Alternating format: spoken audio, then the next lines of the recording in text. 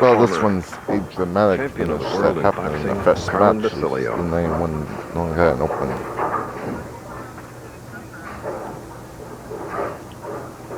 Monacelli, every ball around the pocket the first 7 frames. He's got 5 strikes, 2 10 pins, and a 4 pin. Needs this strike to take the lead. Oh! Leaving the 7 pin on the right lane. Interesting pin action for Monacelli as he swings the ball real wide. Watch the action of the 5 pin. He swings it out to about the 5th board. The ball hits the 1 and 3. Now the center pin, the 5 pin, gets driven right in front of the 7 pin. Bad break for Monacelli. If he converts this, he'll trail by 6 going into the 9th.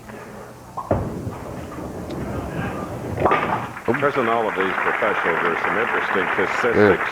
Like Amleto was second 6 times before his first victory in the Japan Cup.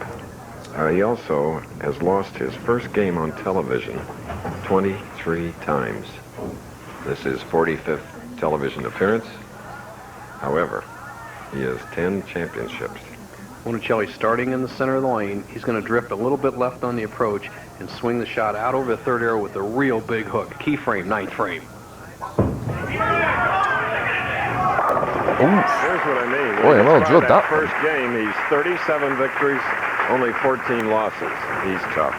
Well, Chris, that's a sign of a good practicer. You see anybody who gets better as they go along, especially in the championship round, you can bet he has good work habits away from the bowling center. Now Kent, a little pressure on him, can shut out Monacelli if he can strike in the 9th and 3 in the 10th.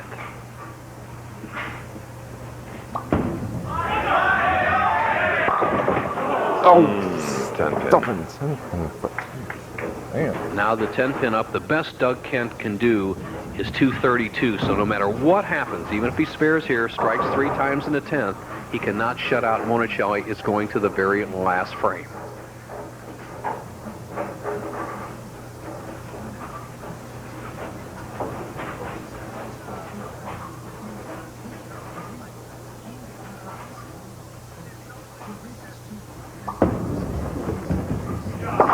Another of those exciting finishes there on ABC's Sports, Professional Bowlers Tour. It's been that way for 30 years, and especially this year. Now, Doug Kent had it when he needed it last night. He struggled against Pete Weber for 8 frames in the 42nd and final games of the tournament last night. In order to make the championship round, he struck in the 9th, 10th, and on his bonus balls, the 11th and 12th. So he can put the pressure on Monacelli.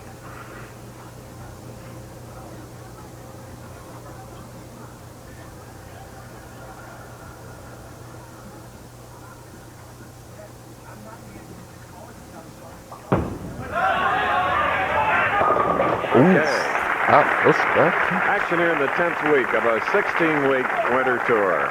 There's Tracy. Tense. This guy really has had it when he has needed it so far in the tournament. He proved it on the first ball in the 10th frame. Now if he can strike on his second bonus ball, he will have a 15-pin lead and force Monacelli to strike at least twice.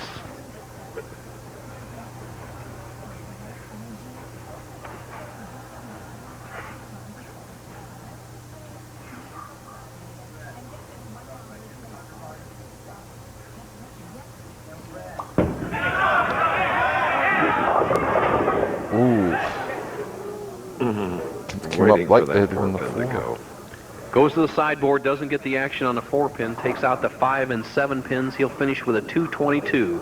This will force Monacelli to get at least 1 strike and 6 spare. Here you go. Watch the action of the head pin. It goes to the sideboard, takes out the 5, crashes into the 7, leaves the 4. 222. Monacelli must strike on his first ball in the 10th frame. All right. So with a 222.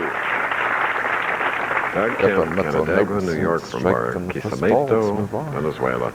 This is the situation he had against Bob Benoit a couple of weeks ago when he left the solid 8. He thought he could win the tournament. Let's see what happens here. Ooh. Does not get the 10.